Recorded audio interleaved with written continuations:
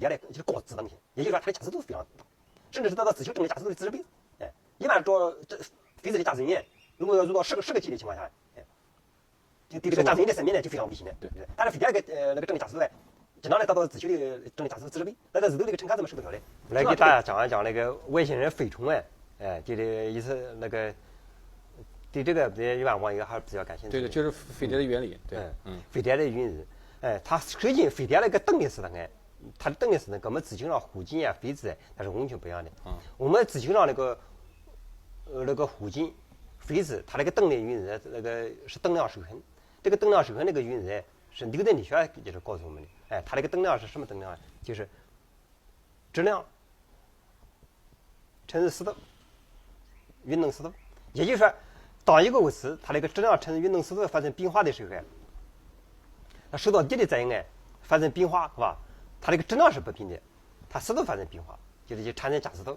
所以本来一个物质这个速度稳定它静止的，现在因为动量发生变化它产生了一个加速度，它使得速度发生变化，所以这个物质相对于我们运动起来，就是牛顿力学一个经典的呢。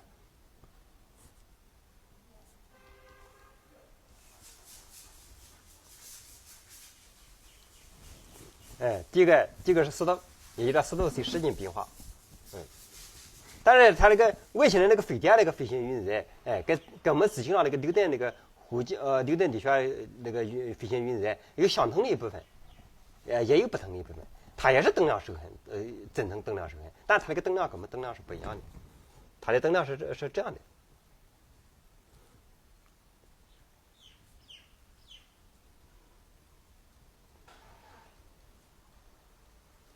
这就是它的动量。它的动量，我们那个地球上动量是质量乘以一个速度，它的一个动量是质量乘以一个光速，矢量光速乘以一个速度。它这个意思是什么呢？就是物质静止的时候，它周围时时刻刻是光速在运动。你看，它就随着把这个光速运动要得到这个动量公式的。这是它一个不一样。当它发生变化的时候，它速度是不变的，质量在发生变化。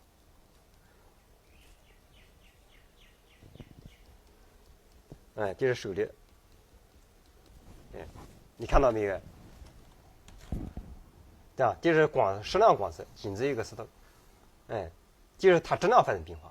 也就是说，飞碟呢，它的起飞之前，它不是在改变它速度，它改变的质量。怎么改变？它是用变化的电磁场产生那个反应的场。反应的场它来使那个飞碟的那个质量就是减少，一直进到零，一旦进到零的时候，飞碟这质量变成静止质量变成零的时候，主要是静止质量，不是运动质量。它变成零的时候，这个飞碟呢就太阳相对于我们的观察者是光速运动，它这个就是飞碟的一个飞行原理，对不对？所以它有这个飞行原理造就了它飞碟为什么设置成圆形的呢？就是说这是一个飞碟，它那个正形的一个部分高磁的一个部分呢。它就是逮人的。就是逮外星人的地方。对，它就逮人的。它这个正形呢，我也看过的，正形呢是一个大柱子。就是这正形一个柱子，就周围就是一个环形部分的，就一个环形部分那个可以逮人。它这个周围这个边缘，就像草帽子这个边缘部分是什么？实际上就是带电粒子。带电粒子。在高速运动。它这个门为什么不能开在这个侧面？如果开在这个侧面的话，它这个带电粒子到这个门里上，它就没办法运动了，你知道？它那个门开在那个底部，它的门，它那个飞碟那个门呢，开在那个底部，在底部一个洞，它真正飞碟到我们地球上它不是搭在地下，而是搭在那个地面，大概有一人大概有一人高一点，你站在下面吧，它那个身子一陷，它就陷进去了。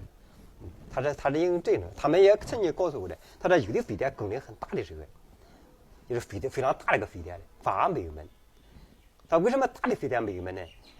它上它下的那个人工场那个功率非常大，它可以人呢可以直接就是从那个飞碟来直接就进去的，它来对这个飞碟着手吧，但是人呢来冲过这个飞碟，但有的飞碟不是很大的，它那个功率不是很大，它就没有这样设置。它就直接设置个门，它有的飞碟很大，就是柱形飞碟，但反而它没有门，就是你找不到它门。它就是这个原因。其实它这个原理也是很简单的，就是用我们汉字讲呢，就是一句话，就是宇宙当中任何一个物质，如果你使它的质量比例零呢，就在比例零的一刹那，它相当于我们是光速运动。飞碟还有好处好处我们人类就是你感到很bizarre的东西，就是这一个外星人的飞碟是很高的速度在空气当中飞行，它为什么没有声音？这个原因呢，好多人我们自行上的科学家都没办法解释。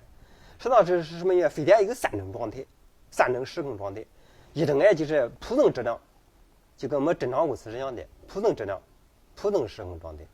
还有一种呢是零质量的激发状态，就是它这个质量是零，它始终是光子的运动，这是一种时空状态。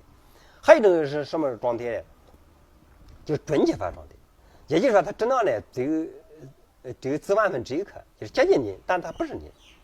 准激发状态有个什么好处呢？它可以相对我们是某一个速度运动，也可以相对我们静止。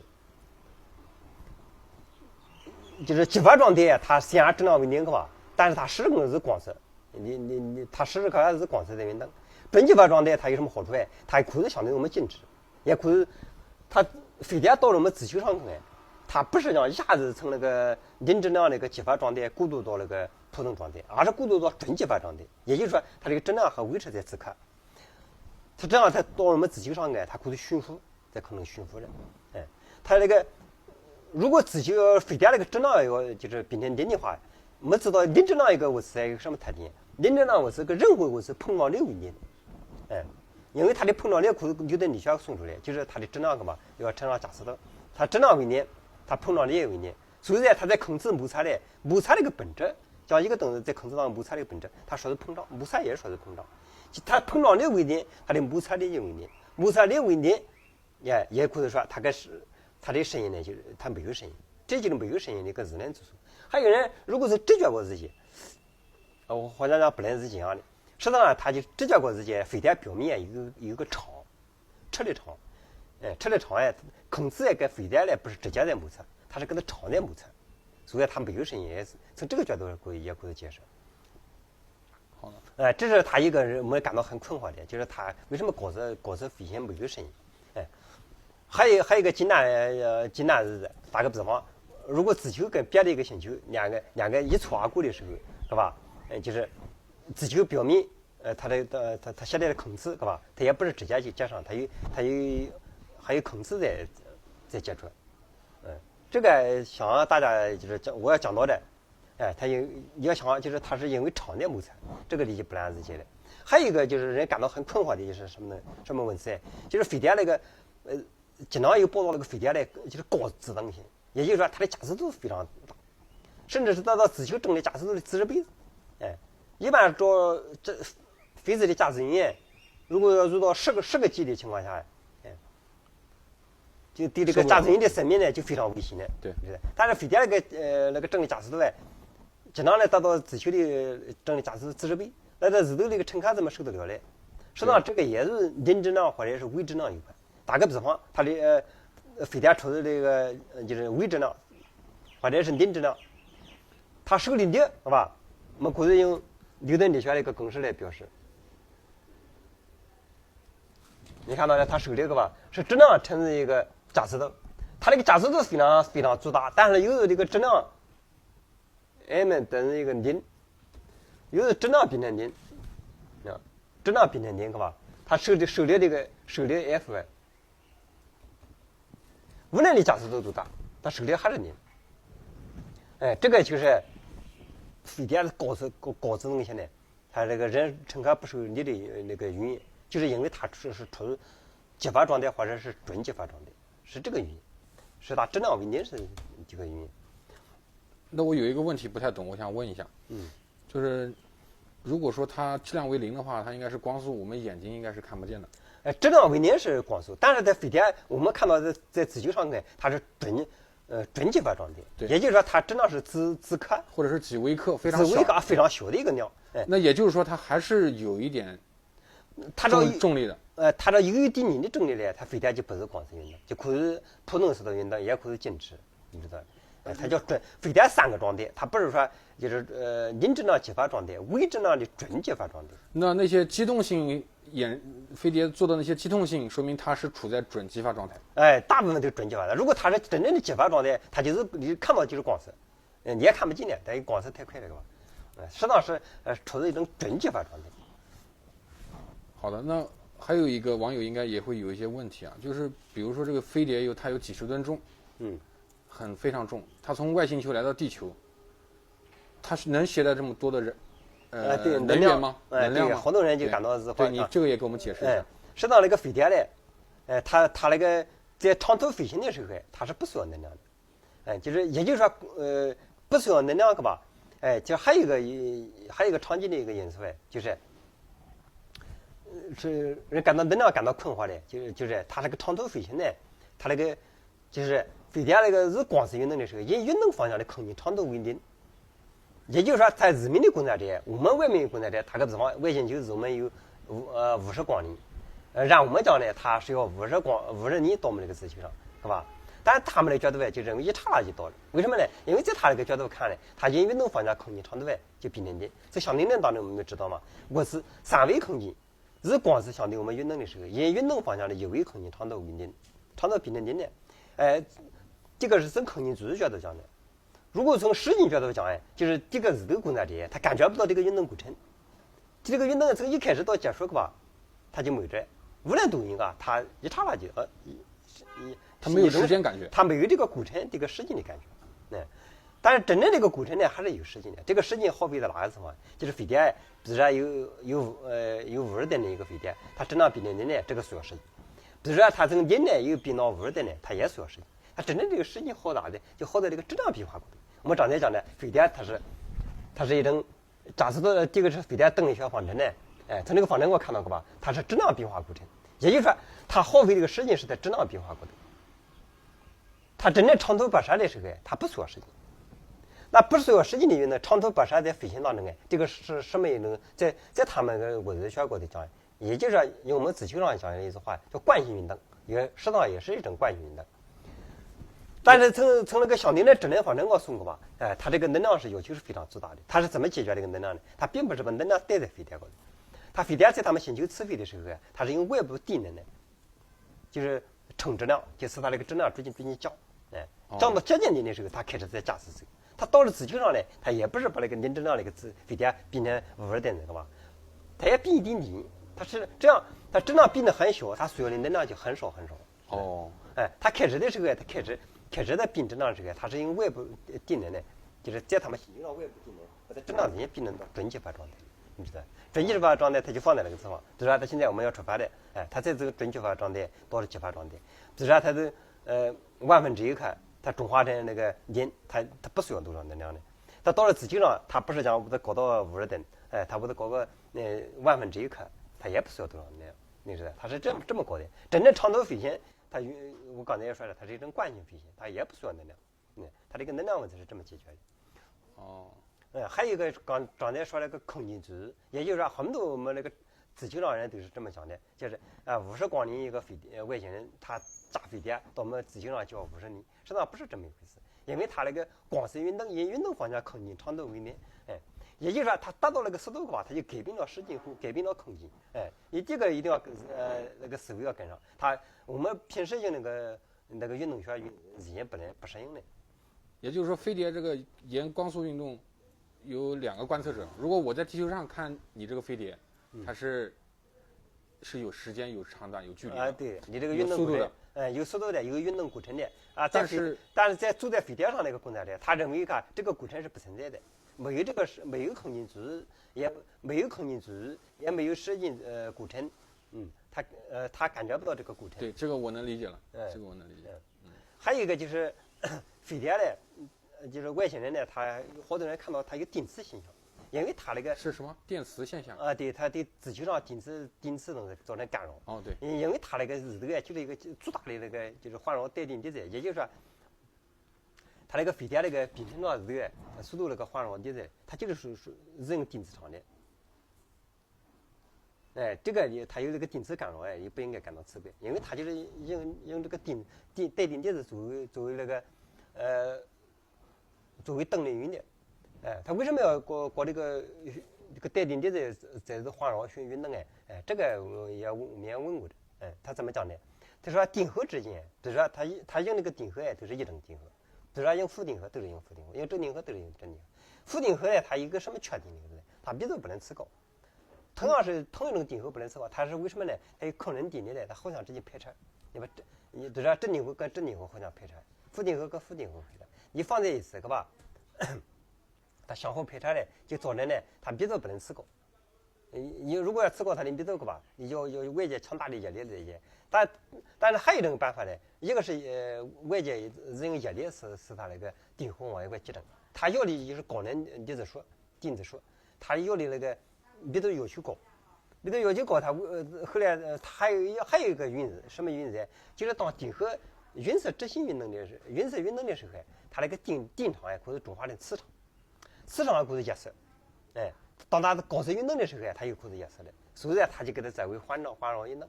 这个环绕运动它那个目的是什么？就是压缩这个粒子的，压缩带电粒子，带电粒子的密度的，它主要是这个目的，这是它一个主要目的。还有一个，它现在我们仔细让人好多人猜测外星人用什么物质对付我们，实际上他们最常用的一种是什么手段呢？叫人工场扫描人的意识，也就是说，它这个远程扫描的意识，不是说贴得很近啊，就在云地方就可以修改你这个人，修改人，你看到有什么东西呢？他如果不想让你知道，他可以远程的修改你的想法，渗入到你，所以他不需要搞物事，这个是最简单的、最省力的一种，对吧？比如说你对着你有没有自己人想攻击外星人，想你想攻击他，他干扰你的大脑。修改你的远程控制力，这个手段是最省力的、最简单的，也同时也不暴露自己目标。比如说他向你开火，发生什么导弹之类的，你一看就看到这，别人甚至也能看到。他用这种手段来对付你的话，你看不见摸不着，轻而易举就能达到他的目的，你知道？他们怂用这招也是最有效的，你知道？这个有一个实例，就是英国有一个小女孩子，他有一次看到他自己家门口有停了一个飞碟，个吧？他向人表述，他我家门口停一个大房子，大房子那个人，是中国人，他给香港信给我看，实际上他所看到的根本就不是这个回事，他外星人他把这个字是修改的，使他描述产生错误。哦，那我还有一个问题想问你啊，就是很多在 UFO 的目击报告里面就提到，如果这个 UFO 在这个地方降落或者是停下来了之后，很多人在那个停的那个位置能测出来。放射性物质。那我在听你这个描述里面，你没有讲到这个飞碟里面是不是有放射性物质在里面？他这个没有明确没有问过他，你不知道？不太清楚。但是它都是那个带电粒子，大量的带电粒子存在，这个是真实存在的。那也有可能是这个整个宇宙当中的其他文明。飞行器里面带有一些放射性物质，他没有说不表示他这个没有放射性，你知道？也是，也对。那外星人是不是他开着飞碟过来，也对我们的这个地球上的这些放射性的核设施啊，或者是感兴趣呢？这个也有可能看，但是这个都没有仔细问，也不太清楚。不太清楚，因为当时还没问到这个文字上，知道？好的。那关于这个飞碟的这个原理，你还有什么想补充或者介绍的吗？也就是说，飞碟呢，我们有好多网友比较关心的就是我们自己上可能造得出来。对，这个我们也问过这，他说这个你们开发的费用跟你们原子弹差不多。跟原子弹的成本差不多。差不多。那也不高啊。也不是很高。也就是说你们自己上完全能造得出来。还有一个就是网友比较关心的就是飞碟这个材料。对。就很认为材料。飞碟有什么一个特点？它在起飞的时候是零质量，好吧？它降落的时候零质量，零质量跟别的物质碰撞力为零，所以它那个飞碟是特别安全的。碰撞力为零，你想想它就是安全。我们自己上那个火箭，吧？你上天的时候应该发生事故，你降落的时候应该发生事故。因为什么呢？因为你很重，是吧？质量很大。质量很大。就在这一旦起飞之后，不容易发生事故。就是上了天，它就不容易发生事故。在这些静止不动弹肯定也不容易发生事故。它就是在起飞一刹那，降落一刹那，它好容易发生。所以飞碟有这个优势，它就是质量为零，所以它碰撞的威力，就是它是个特别安全的一个，就是当然可表示讲飞碟永远没有质量，永远没有死过，它那也不是的。只是说飞碟，它这个一般小的东西呢，它可以预料而过，好吧？只是说它要一头扎在那个一个星球上，只是它一头扎到地球上，如果它要不采取措施，给它一直扎下去，扎到这个是什么结果呢？它就那个失控状态就发生改变。本来它是零质量的激发状态，是吧？如果你不供它自身往那个星球扎，它说那个星球大很着，它撩不过去，是吧？它中密失控状态，中密失控状态它就造成什么影响？就是它发生事故。这个发生事故也是可怕的，也就是说智慧人亡。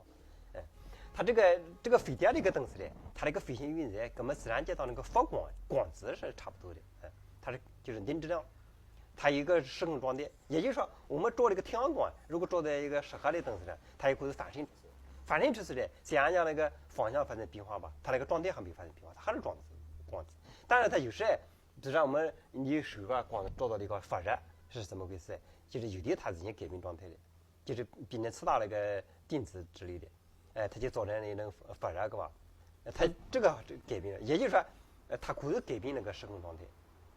它这个跟光子那个形式有点像，就是也出现的什么情况？也就是说，不是说就是100%的情况下，它都不能主动升的。所以它这个飞碟这个驾驶的时候，它是用电子自动程序控制的，它不是人来驾驶。它这个速度这么快的，知道？你人呢，你反应不上，你没办法控制。它是一个固定的一个自动程序控制的。那假如现在美国有很多报道就讲，美国收获了这个各种各样的飞碟啊。那假如我们人类收获了一台这样的飞碟，那我们人类能不能控制了它？这个人呢，就是比如说现在外星人你孵化一个飞碟，对吧？如果你不知道的运载知识，你不会驾驶，你也不会制造，你知道。现在有好多网页上美国人也发明飞碟出来，这个是不可靠的。从我掌握的信息看是不可靠。为什么说不可靠？如果他掌握了飞碟制造运载，他现在美国这个每年还在投上万亿的这个美元在研制那个新型战斗机的新型飞机等。如果飞碟这个东西他掌握了，他不可能是研究老式飞机。你大家可以想一想，他这个这么先进的东西，他那个日后的东西没办法跟他比，你知道？这个飞碟至少掌握着你再先进的战斗机，你都比他拿起来，他为什么还要投心思研发那东西呢？但是你不排除说美国人得到外星人飞碟，作为的故事个，就是他真正的得到外星人飞碟，他如果没有人讲解运营啊，他也是一头雾水，对吧？你看到的只是看到有那么个东西在，你没办法就是指责是制造的。